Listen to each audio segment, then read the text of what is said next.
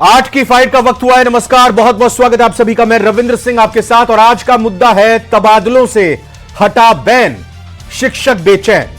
दरअसल भजनलाल सरकार ने लंबे समय से तबादलों पर लगी रोक को हटा दिया है। सरकार के नए आदेश के अनुसार 1 से 10 जनवरी 2025 तक तबादलों की अनुमति दी गई है।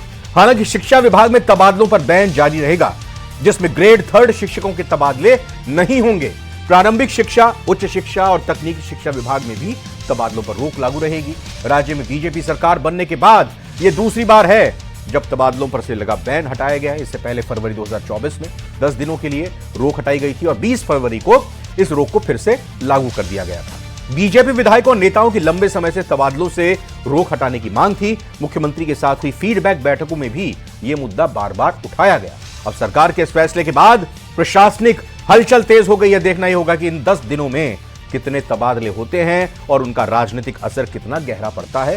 कांग्रेस ने तंज कसते हुए कहा है कि तबादला पॉलिसी के बिना यह फैसला बीजेपी सरकार की कथनी और करनी को साबित करता है। बीजेपी ने कहा कि पारदर्शी ट्रांसपेरेंसी प्रक्रिया अपना रहे हैं। परीक्षाओं के कारण शिक्षकों को तबादलों से दूर रखा गया है।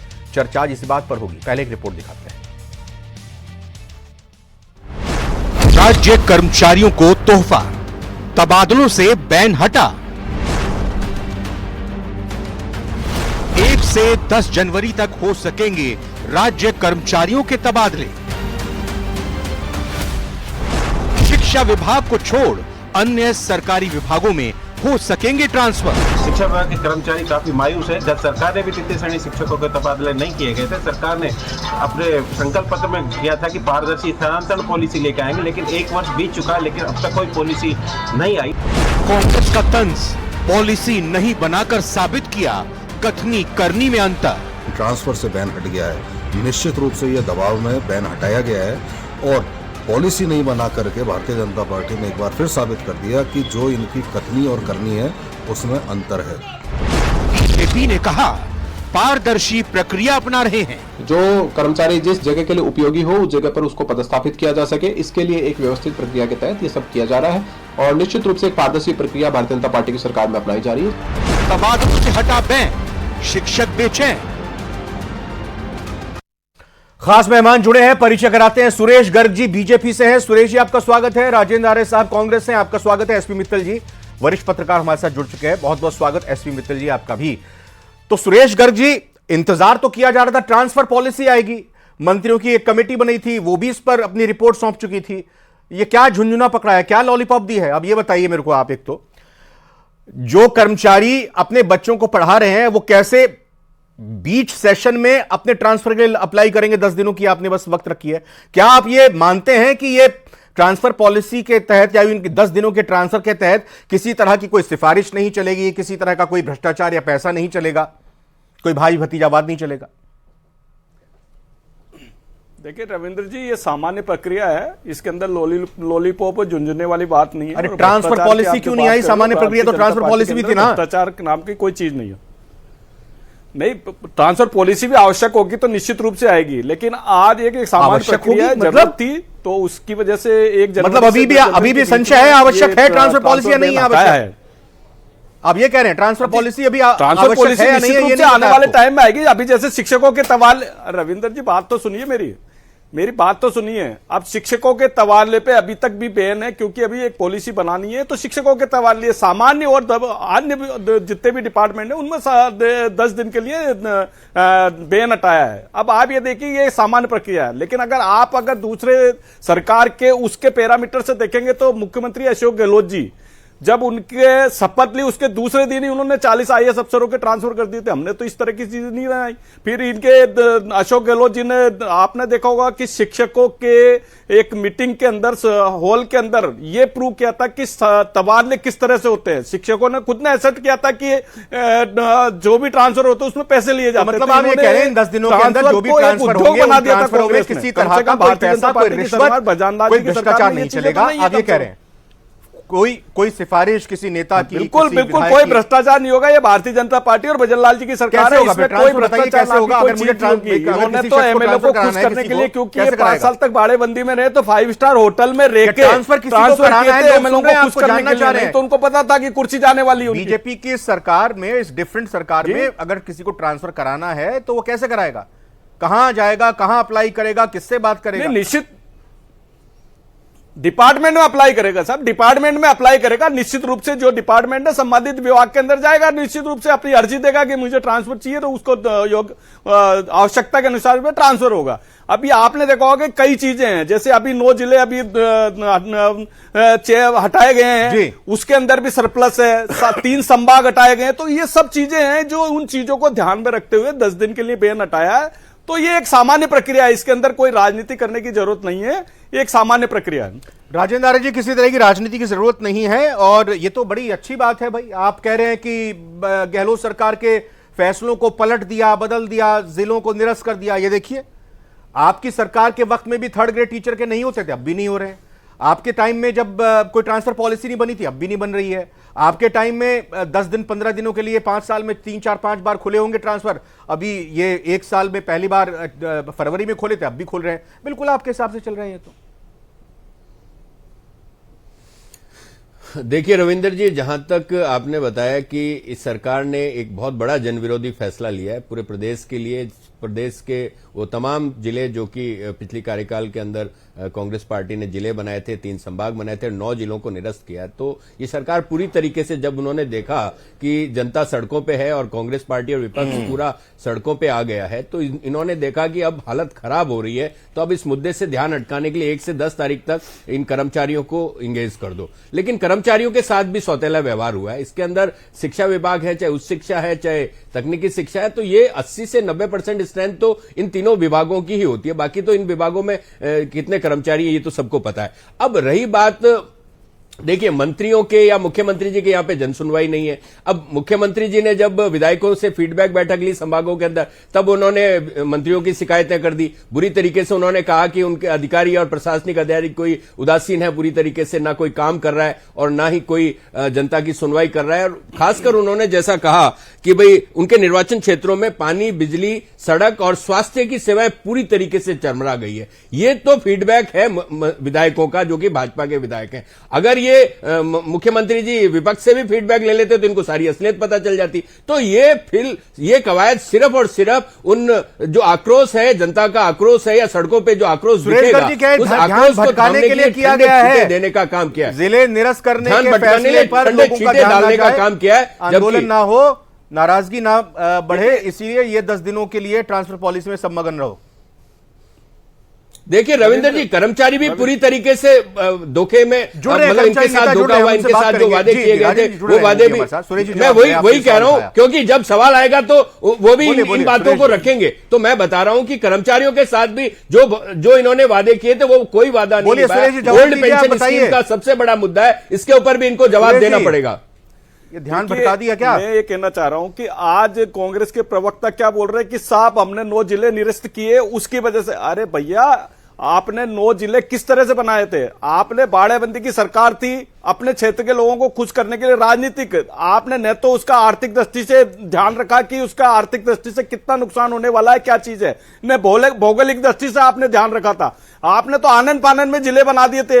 और बता दीजिए, आपकी 3 बार सरकार रही, 8 जिलों के अंदर रविंदर जी इनकी 3 बार सरकार रही है। अशोक गहलोत जी 15 साल तक मुख्यमंत्री रहे, तो इनको जाती हुई सरकार से क्या आप अपेक्षा और 9 जिलों के अंदर कहते हैं 15 साल तक अशोक गहलोत जी मुख्यमंत्री रहे थे, तो सुरेश जी, देखिए सुरेश जी, जो जिले के अंदर जहाँ पे किस तरह का प्रदर्शन किया जा रहा है, विरोध किया जा रहा है, जैसे जो आवश्यकता थी उस आवश्यकता के हिसाब से हमने 8 जिले हैं, 8 जिले रखे, जो जरूरत नहीं थी जरूरत के हिसाब से तो बताइए ना। इसमें भैया ये आप अपने क्राइटेरिया के साथ ही विरोधाभास पैदा कर चुके हैं। बचाने के लिए काम किया था ना। आप तो अच्छा, 5 एक साल सेकंड। तक आप बताओ ना, भ्रष्टाचार में नहीं थे। आपने जो जिले आप रखे, 5 उनके साल साथ तक भी तो बताइए भ्रष्टाचार ना के कि अंदर कौन से डूबे वो हुए थे, मापदंड है या कौन सा बाड़ेबंदी आर्थिक के अंदर है? डूबे हुए थे, 5 स्टार होटलों में आप बंद कहाँ रहते बैठे हो? थे, आपके और खुद मंत्रियों अशोक के गहलोत जी ने यहाँ खुद सुनवाई को एक्सेप्ट नहीं। किया। आपके विधायक- मैं एसपी मित्तल सर के पास जाऊं पहले, इस वक्त हमारे साथ कर्मचारी नेता जुड़ चुके हैं, हम उनके पास चलेंगे। गजेंद्र सिंह जी हैं हमारे साथ। गजेंद्र सिंह जी, स्वागत है। नए साल का तोहफा मिला है, इंतजार तो ट्रांसफर पॉलिसी का था। ये जो 10 दिनों का जो मिला है, मैं तो लॉलीपॉप झुंझुना बोल रहा था, सुरेश गर्ग जी को दे दिया कर्मचारियों को। वो कह रहे हैं कि नहीं लॉलीपॉप झुंझुना नहीं दिया है, बड़ी अच्छी सौगात, बड़ा अच्छा तोहफा दिया है। निश्चित तौर पे काफी दिनों से ये स्थानांतरण में बैन खोलने के लिए हम लोग मांग करते आ रहे हैं, और पिछले कई दिनों से हमारे ही नहीं, ये हमारे जो पिछले दिनों में जो कर्मचारी बाहर हो रहे थे उनको लाने के लिए इनके विधायकों को भी बहुत संकट का सामना करना पड़ रहा था, और उसी बात को लेके जो स्थानांतरण बैन खोले हैं जी। पर ये पिछले कई दिनों से ये कह रहे थे कि स्थानांतरण पे बैन, स्थानांतरण नीति बनाने के बाद स्थानांतरण किए जाएंगे, परंतु अभी तक इसकी नीति तो पता नहीं क्या है, नियत क्या है, ये सारी चीजें अलग। सुरेश गर्ग जी बोल रहे हैं जरूरत पड़ेगी तो उस पर विचार किया जाएगा। नहीं, नीति और नियत में फर्क है, इसलिए कभी कहते हैं नीति बनाई जाएगी, कभी कहते हैं नियत। पिछली सरकार ने भी नहीं तो 10 दिन के जो समय सीमा मिली है ट्रांसफर की, आपको क्या लगता है प्रदेश में जितने कर्मचारी हैं उनमें से कितनों को लाभ हो जाएगा? और दूसरा सवाल ये भी सुरेश गर्ग जी से मैंने ये पूछा जब आप नहीं जुड़े थे कि क्या करना होगा इस बार अलग कर्मचारियों को, तो उन्होंने कहा कि अपने अपने विभागों में आवेदन देना पड़ेगा। क्या काम चल जाएगा उससे? नेता मंत्रियों से और अधिकारियों से चक्कर नहीं लगाने पड़ेंगे, उनकी जी हुजूरी नहीं करनी पड़ेगी, पैसा वगैरह नहीं देना पड़ेगा, भ्रष्टाचार नहीं होगा? अगर सुरेश जी ऐसा मानते हैं तो मैं इनको धन्यवाद दूंगा, अगर सुरेश जी को भी धन्यवाद दूंगा, सरकार को भी धन्यवाद दूंगा जी कि किसी भी मंत्री और विधायक के यहाँ चक्कर नहीं काटने पड़े, और ये पहली बार होगा अगर ये ऐसा कह रहे हैं तो। परंतु मुझे लगता नहीं कि किसी भी विभाग में, हम तो पिछले कई दिनों से देखते आ रहे हैं, चाहे पिछली सरकार हो चाहे ये सरकार हो, बिना इनके परमिशन के, बिना इनकी डिजायर के एक बार तो एक्सेप्ट ही नहीं होती है, दूसरी अगर एक्सेप्ट हो भी गई तो वहां इस पे कोई जोर नहीं दिया जाता है, ना इस पे कोई कार्रवाई। अच्छा, पिछली सरकार में कैसे होते थे ट्रांसफर? भाई पॉलिसी तो वहां पर भी नहीं आई थी, पिछली सरकार में कैसे होते थे? पिछली सरकार और इस सरकार में कर्मचारियों के लिए तो सारी सरकारें एक जैसी है, सबको इनके चक्कर काटने पड़ते हैं। अगर ये कह रहे हैं कि वास्तव में जो है स्थानांतरण पे जो है सीधा एप्लीकेशन दो, स्थानांतरण पाओ, तो निश्चित तौर पे मैं आगे होके और कर्मचारियों की ओर से इनको धन्यवाद दूंगा। जी राजेंद्र जी कुछ कहना चाह रहे हैं, बताइए। राजेंद्र जी कह रहे हैं, धन्यवाद दे रहे हैं कि अगर सिर्फ आवेदन देने से ट्रांसफर हो जाए तो बड़ा अच्छा रहेगा, और पिछली कोई भी सरकार पीछे रही हो वहां पर चक्कर लगाने ही पड़ते थे अधिकारी और नेताओं के, मंत्रियों के और विधायकों के। देखिए, अभी सुरेश जी कह रहे थे कि जरूरत होगा तो पॉलिसी बनाएंगे, तो इसका मतलब ये तो जरूरत ही नहीं समझते, जबकि इन्होंने चुनाव घोषणा पत्र के अंदर ये वादा किया था। और मैं आपको फिर बता रहा हूं, विधायकों के और सिविल लाइंस के अंदर मेला लगेगा, आप देख लेना 10 दिन के अंदर, पूरा का पूरा आप अपने चैनल को भिजवा के उसको वेरीफाई करवा सकते हैं। मैं आपको कह रहा हूं पूरी तरीके से सिर्फ और सिर्फ विधायकों का आक्रोश थामने के लिए, विधायकों का आक्रोश थामने के लिए इन्होंने ये नए साल में मेला लगता ही है, कोई बात नहीं, इस बार ट्रांसफर मेला लग जाएगा कि हमारे क्या है मित्तल सर? परंपरा नहीं है जो विधायकों और उनके मंत्रियों के मित्तल चक्कर सर, काटे।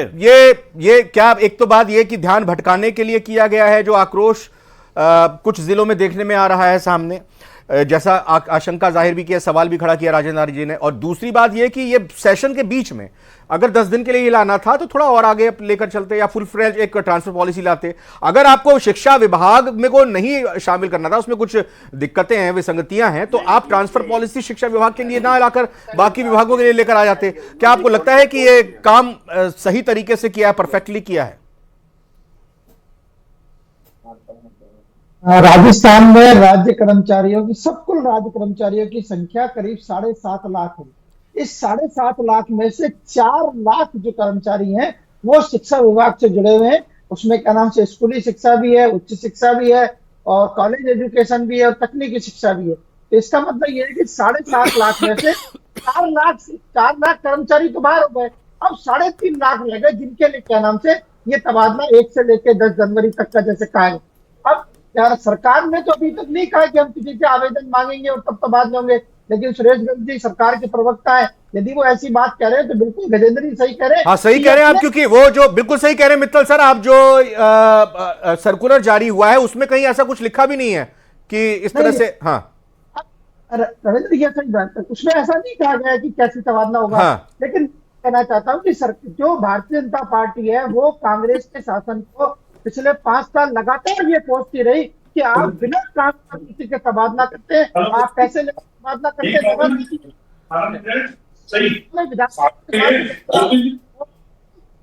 मित्तल सर की आवाज आप रखिए, दूसरी डाउन कीजिए प्लीज जी।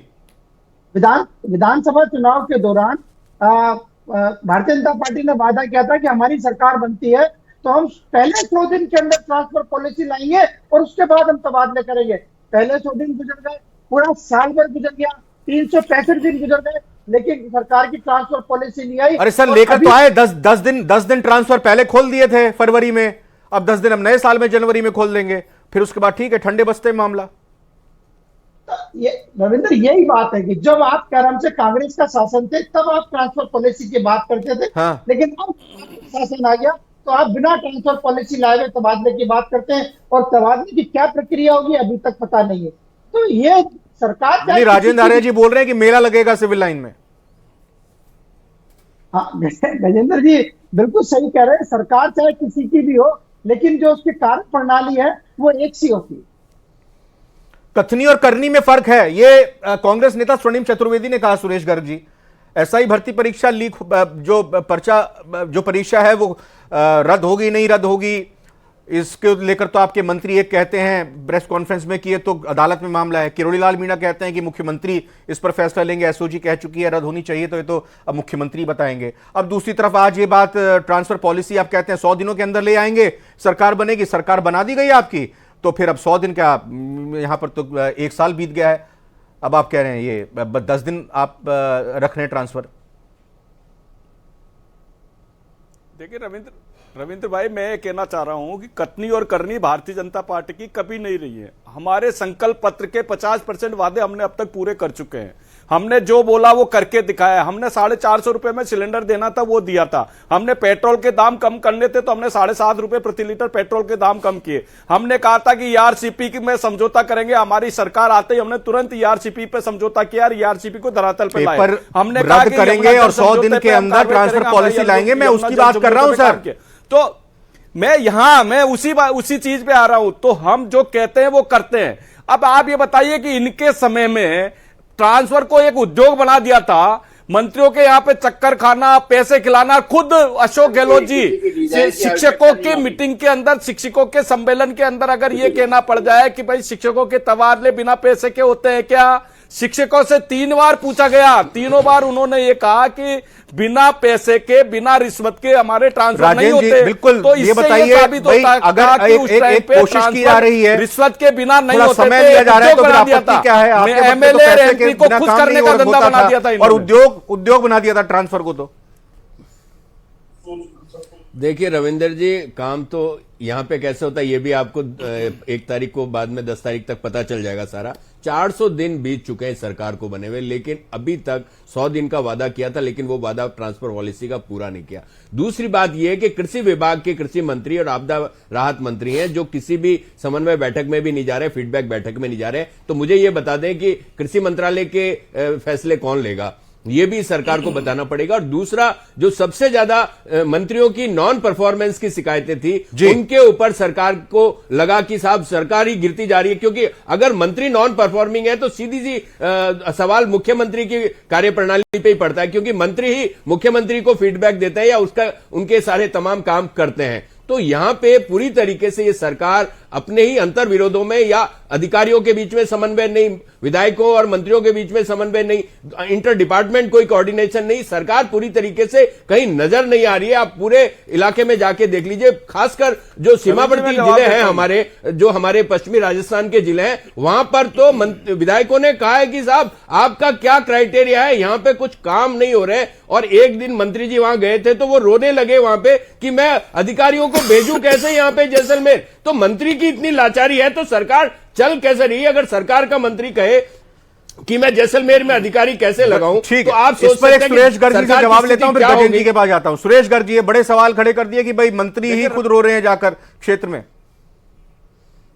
रविंदर जी, मैं तो एक चीज जानता हूं कि नॉन परफॉर्मिंग की ये बात करते हैं। हम आपके जनता के बीच में मीडिया कहना है। बोलने बोलने दीजिए दीजिए मंत्री, अरे नॉन परफॉर्मिंग है, मीडिया से ज्यादा मंत्री जी के ऊपर इम्पोर्टेंट है तो राजेंद्र जी जनता। बोलने दीजिए। रविंदर जी, मीडिया से ज्यादा इंपॉर्टेंट है जनता। हम जनता के गलत बीच में थोड़ी गया, बात कह रहे हैं, विधायक जनता कह ने रहे हैं, हमने आज विधायकों ने शिकायत हमने की है, 7 में से ऊर्जा 5 मंत्री की सीटें जीत शिकायत के की, आई, शिक्षा हमारे पास मंत्री की 1 शिकायत सीटें की। थी, आप हमने बताइए 4 ना, सीटें इनके इनसे विधायक छीन के खुद लाए शिकायत कर रहे हैं। हैं। यानी कि जनता संतुष्ट है हमारे कार्य से, जनता जनता कहीं हमारे संतुष्ट कार्य से नहीं है, संतुष्ट जनता है, कहीं जनता संतुष्ट हमारे नहीं है। कार्य से गजेंद्र जी, संतुष्ट होने के बाद गजेंद्र जी, ये बताइए कि बजाते कर्मचारी कितने भैया, संतुष्ट आप हैं अपनी इस गलत 10 दिन फहमी की निकाल मियाद दीजिए, जो कि जनता ट्रांसफर को के लिए पता, रखी 5 गई साल है, से जनता और किस तरह से परेशान थी आप लोगों से। उसमें शिक्षा विभाग के कर्मचारियों को, टीचरों को नहीं शामिल किया गया, और जो आंकड़ा दिया 7.5 लाख कर्मचारी में से मोटा माटी 4 लाख के आसपास ये वही शिक्षा विभाग के कर्मचारी और टीचर्स आते हैं। गजेंद्र जी, इनके साथ आपको क्या लगता है कि ये सौतेला व्यवहार किया पिछली सरकार के वक्त में भी 3rd ग्रेड टीचर के साथ, और इस सरकार में भी अभी तक? क्योंकि पहले जो खुली थी ट्रांसफर जो खुले थे तब भी नहीं हुआ था और अब भी नहीं हो रहा है।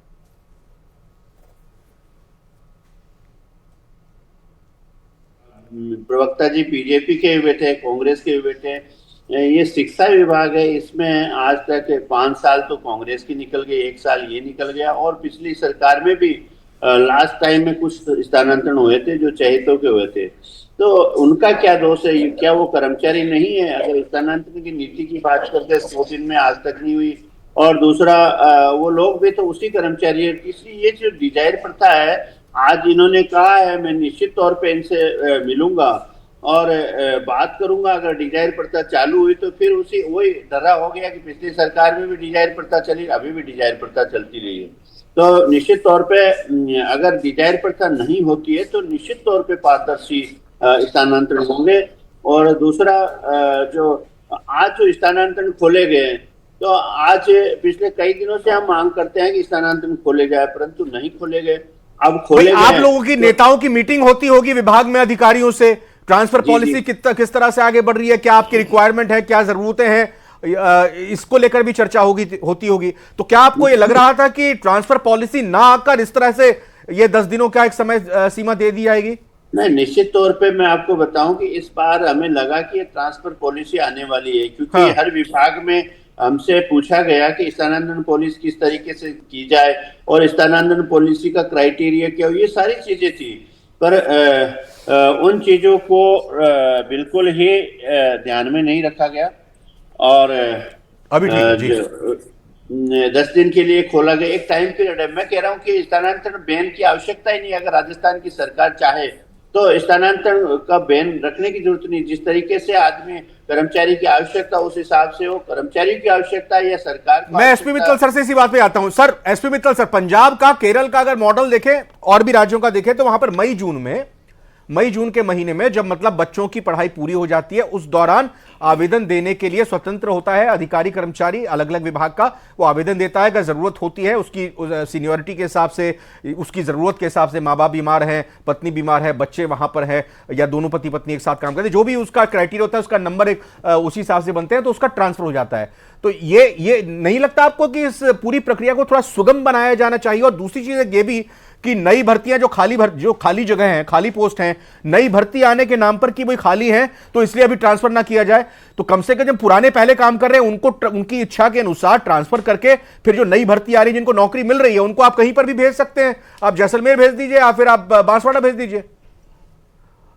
रविंद्र, इसीलिए तो बात हो रही है कि जैसे आपने केरल का भी उदाहरण दिया, वहाँ बाकायदा क्या नाम से एक पारदर्शी नीति बनी हुई है, उसके मुताबिक कर्मचारियों के तबादले होते हैं और इस बात का ध्यान रखा जाता है कि किसी भी क्या नाम से कर्मचारी के जो बच्चे हैं उनको शिक्षा के अंदर कोई दिक्कत नहीं आए। लेकिन यहाँ ऐसा नहीं है। पिछले 5 साल कांग्रेस ने पूरे निकाल दिया, 1 साल भारतीय जनता पार्टी ने निकाल दिया, और अभी तक ये नहीं पता है जो कल 1 जनवरी से तबादले शुरू होंगे उसकी क्या प्रक्रिया होगी, क्या आवेदन होंगे, या सरकार ने लिस्ट तैयार कर रखी है जिसको सिर्फ जारी करना है वो जारी कर देंगे। और जब पूरे देश भर के अंदर 1 जनवरी से जनगणना का काम भी हो रहा है, जनगणना का काम अपने आप में बहुत महत्वपूर्ण है, तब सरकार राजस्थान में ये कह रही है कि हम 1 जनवरी से तबादले भी शुरू करेंगे। तो मुझे लगता है कि क्या नाम से 1 जनवरी के बाद ही पता चलेगा कि कर्मचारियों की क्या दुर्दशा आती है या क्या स्थिति होती है। फिर सबसे बड़ी बात यह है कि जो तबादले होंगे, चाहे वो जनरल विभाग के इंजीनियर हो, चाहे स्वास्थ्य विभाग के डॉक्टर हो, उन सबके बारे में क्या निर्णय होगा ये कुछ अभी कोई भी जानकारी नहीं है कि आखिर सरकार किस नीति से इनके तबादले करे। सुरेश गर्ग जी, जो कर्मचारियों से जुड़े हुए परिवार इस वक्त आपको सुन रहे हैं। खैर बहरहाल मेरे साथ एक और खास मेहमान विपिन प्रकाश शर्मा जी जुड़ चुके हैं। विपिन प्रकाश शर्मा जी, ज्यादा वक्त नहीं है लेकिन सीधा आपसे जानना चाहेंगे, आप शिक्षक नेता हैं, शिक्षकों को या शिक्षा विभाग से जुड़े हुए अधिकारियों कर्मचारियों के लिए इस ट्रांसफर की मियाद में कोई समय नहीं है, उनको कोई तरजीह नहीं दी गई है, आप इसको कैसे देखते हैं? थर्ड ग्रेड के जो टीचर हैं वो तो पिछली सरकार में भी और इस बार भी ठगे हुए महसूस कर रहे होंगे। सर मैं ये कहना चाहता हूं, जो आदेश निकाला है इसमें कोई प्रशासनिक सुधार का एवं समन्वय विभाग ने निकाला है, पर आदेश देख के ऐसा लगता है कि कोई विभाग में समन्वय ही नहीं है। इसकी पहली लाइन अगर देखेंगे तो 4/1/2023 यानी कि कांग्रेस गवर्नमेंट ने जो प्रतिबंधित लगाए थे उसके बाद तो बीजेपी गवर्नमेंट ने एक बार खोल चुके। जब राजन विशाल जी के इस पे साइन थे, अब 4/1/23 को खोला है, 15/1 तक जो प्रतिबंधित थे उनको अब खोला है। 15/1/23 में तो कांग्रेस की सरकार थी, बीजेपी की सरकार ने फरवरी में स्थानांतर खोले हैं। तो सरकार को ये नहीं पता कि किसके स्थानांतर खोलने, किसके बंद करने, कहां फिर ये तृतीय श्रेणी शिक्षकों पे आएगी। अगर बात करें शिक्षा विभाग की तो शिक्षा विभाग का कर्मचारी बिल्कुल मायूस है, तृतीय श्रेणी से लेकर उच्च पदों तक स्थानांतरण नहीं खोले गए। इंतजार कीजिए, इंतजार का फल मीठा होता है विपिन जी, इंतजार कीजिए, मीठा होता है फल उसका। इंतजार का फल मीठा होता है, कितना मीठा होगा? तृतीय श्रेणी शिक्षक तो अपना आप को ठगा सा महसूस करे। सरकार ने कहा था कि अपने संकल्प पत्र में कहा था कि पारदर्शी स्थानांतरण पॉलिसी लेके आएंगे। मैं तो ये मांग करता हूं कि जिसने भी अधिकारी ने ये आदेश निकाले उसको पहले सस्पेंड किया जाए। नहीं, अरे आप ऐसी बात कर रहे हैं, अब ये बताइए अगर अभी टीचरों के तबादले कर दिए जाएंगे तो जो बच्चे पढ़ाई कर रहे हैं, इम्तिहानों की तैयारी कर रहे हैं कॉलेजों में, स्कूलों में, तो फिर उनका क्या होगा? हो गया, सरकार पॉलिसी क्यों नहीं लेके आई? मैं तो ये जो ऑर्डर निकाला है आप इस बिंदु को देखिए। सुरेश गर्ग जी, ये जो जिन्होंने आदेश निकाला है, ये कर्मचारी नेता मांग कर रहे हैं उनको सस्पेंड किया जाए, क्योंकि आदेश ही गलत है। मुझे तो देखो रविंदर जी, जो ये कह रहे हैं इसमें कहीं पे भी देखिए क्या है कि बैन कब लगा था? बैन लगा था 4 जनवरी 2023 से। हाँ। 4 जनवरी 2023 से 15 जनवरी 2023 के बीच में जो ट्रांसफर का वो जो था उस पे बैन लगाया था, उस बैन को फरवरी में हटाया गया था, वापस उसी बैन को अभी हटाया गया। बीजेपी गवर्नमेंट ने भी खोले थे 24 में। नहीं है, इनका जो कहना है शिक्षकों के तबादलों से संबंधित है। निश्चित रूप से जब बच्चों की एग्जाम वगैरह सब चीजें हो जाएगी उसके बाद में शिक्षकों भी खोल देंगे। शिक्षकों की, तृतीय शिक्षकों की अभी तक पॉलिसी नहीं बनी है। तो विपिन जी ठीक है, इंतजार के अलावा कोई चारा है नहीं, इंतजार करने के थोड़ा सा। निश्चित रूप से कोई चारा नहीं है। सरकार वो ठीक है, कर्मचारी